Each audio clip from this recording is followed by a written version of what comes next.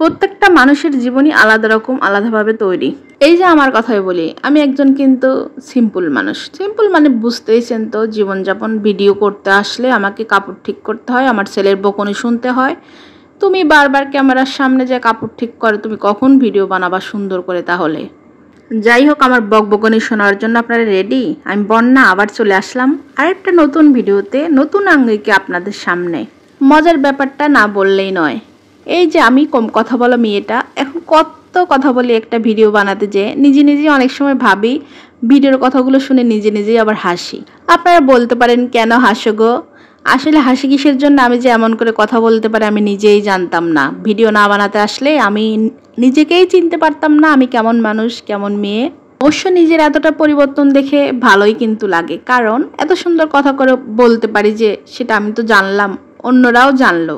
কারণ এই প্ল্যাটফর্মটা একটা সুন্দর জায়গা, সুন্দর মুহূর্ত পার করার জায়গা। আসলে মাঝে মাঝে ভেবে অবাক হয়ে যায়, আমিও আসলে কিছু করতে পারবো, এটা ভাবিনি কখনো। আসলে এই প্ল্যাটফর্মে আসার পরে ভাবলাম না, হয়তো কিছু বা করতে পারবো।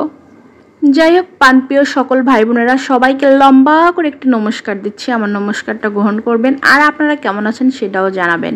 পরিচয় পর্ব, নমস্কার পর্ব সবই তো সারলাম, তো মূল কথায় আসি। এখন আমি তো রান্নাটা করি সিম্পল ভাবেই, আলু বেগুন এগুলো তো কমন জিনিস, সেগুলো নিয়ে ভিডিও বানাচ্ছি।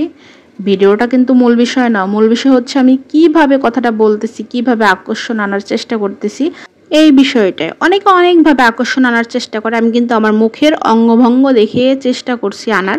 তারপরেও দেখছি বন্ধুরা আপনারা গলতেছেন না। ভাগ্য একটা বড় ব্যাপার, এটা কি বিশ্বাস করেন আপনারা? এটা আমি অনেক বিশ্বাস করি, কারণ এখানে এসে ভিডিও বানাতে এসে বুঝলাম ভাগ্য না থাকলে কোনো কিছুতেই অতি সহজে সফল হওয়া যায় না। কারণ অনেকে দেখি কি এমন কি ভিডিও বানায়, তাদের প্রচুর ভিউ, প্রচুর ফলোয়ার, তাদের কিভাবে যা আসে আমি বুঝতেই পারি না।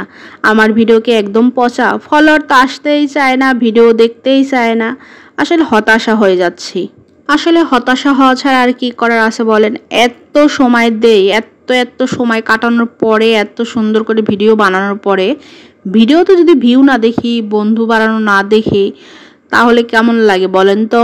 যাদের আমার ভিডিও পছন্দ হচ্ছে না তারা তো অবশ্যই বলবেন ভালোই লাগে, যে এমন ভিডিও বানাও তাতে আবার ভিডিও আসবে কি ছিরির। আসলে বিষয়টা হচ্ছে যে যেভাবে যার ভিডিও নেয় তার কাছে তেমনই লাগে। আমার ভিডিওগুলো আমার কাছে অনেকটা ভালোই লাগতেছে, হয়তো আমার কিছু কিছু ভাই বোনদের কাছে ভালো লাগতেছে।